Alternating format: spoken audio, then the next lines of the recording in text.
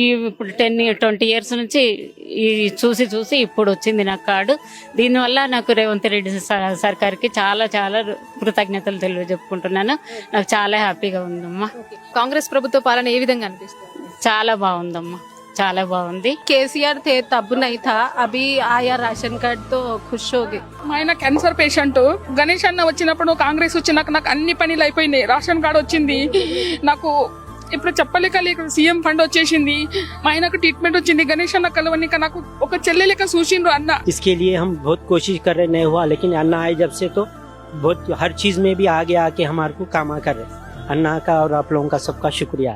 ఎట్లా ఉన్నాయమ్మా సన్న బియ్యం క్వాలిటీ ఎట్లా ఉంది? బాగానే ఉన్నాయి బాబు, మేము తింటున్నాం కదా, బాగానే ఉన్నాయి. సన్న బియ్యం మంచిగా రేషన్ షాపులని పిక్కేసిపోయే జనాలు. మరి వదులుకో, ఇంకా మంచి అవకాశాలు వదులుకోలేము కదా ఎవరమైనా సరే.